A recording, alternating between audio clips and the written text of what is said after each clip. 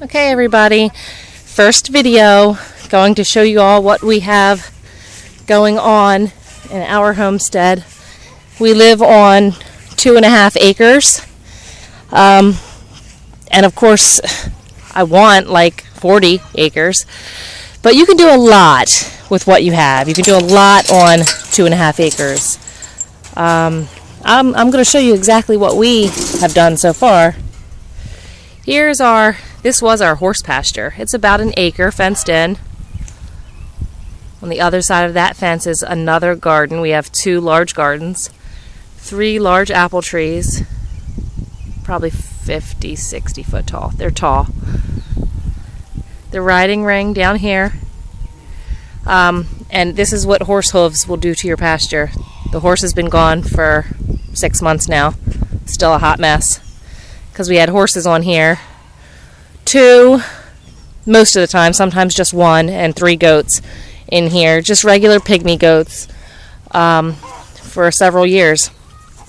And while pregnant with my last baby, I realized that I was never out here riding him. I didn't have time to take care of him. He was well trained but feisty, so my girls could not come out here and ride him on their own without me out here.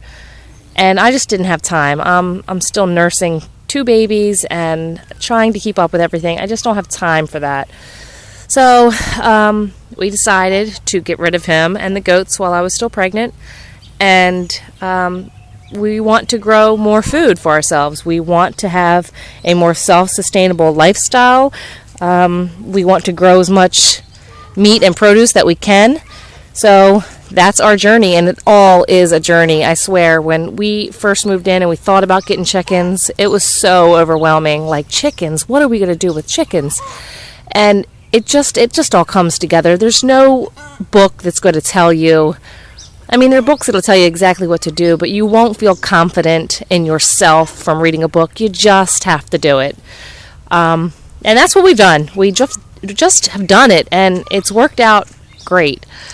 Yes, I know. You can probably see some of my hens over there. The black one to the right, she's half bald. I have too many roosters, and my husband is butchering 5 of them today. We'll walk up there and I'll show you that as well. Too many roosters, and they're just pecking these poor hens to death. They're about bald on their backs, all of them. I don't know if you can see that, but it's a mess. Here is our newest thing that we've decided to grow. We have 3 little piggies. 1, 2, 3. 3 little pigs. Bacon, sausage, and Scrapple. And this was clean. This run-in was clean last night. We put them in here at 9 o'clock last night. It hasn't even been 24 hours. And I'm telling you, they're pigs. They're so messy. They're so sloppy. Here's their food they've dumped over. Here's 2 more food containers they've dumped over. They're just so messy. I need to fill their water up because their little stout bodies are too short to get in there. They want to dump it. Look how smart. Look how smart. How can I dump this bucket over? Yep. They say that pigs are as smart as dogs, and I don't doubt it. And they're as sweet as dogs, too, if you start loving on them. Doesn't want me to touch. They're as sweet as dogs too if you scratch on them, but I don't want to get too close, and I don't want the kids to get too close to them because then they'll be sad when we have to butcher them in 4 short little months. Look, if we work together, can we knock this over? Look at them. Bunch of animals.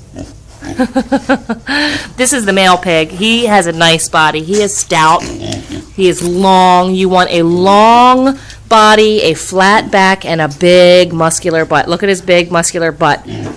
All in there, like the hip line. That's exactly how you want it. So he's got a nice body. And those are the girls. They're much smaller. I mean, they're $50 a piece. So you get what you pay for.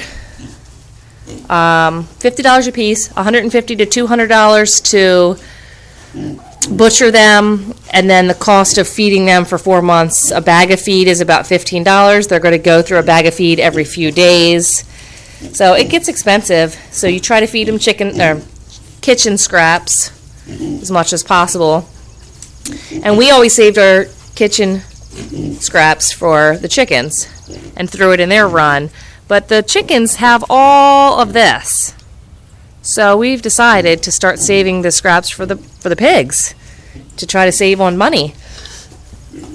The pigs have only been in here 24 hours and they've learned how to lift up these really heavy mats for horse mats to get to the dirt and start rooting. I mean, they tear everything up. They really do. They tear it up, and I can't wait to already butcher them.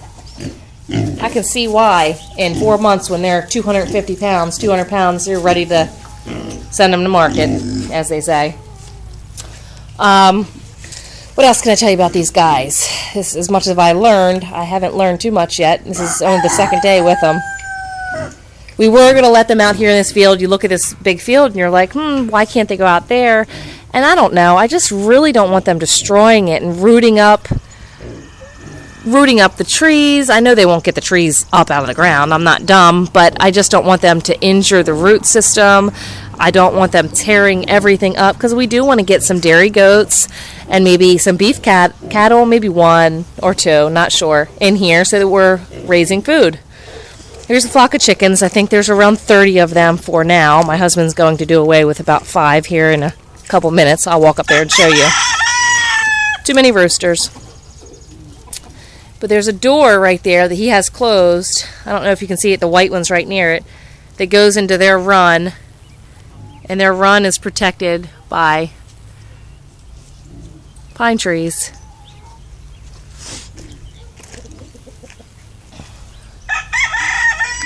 So we'll make our way over here. I might start another video after this one. I just want to show you the field down here and the pigs. But the last video I made was too long and I couldn't get it to upload. So I think I'm going to cut this one off now and make another one, and I will post that shortly. See you later.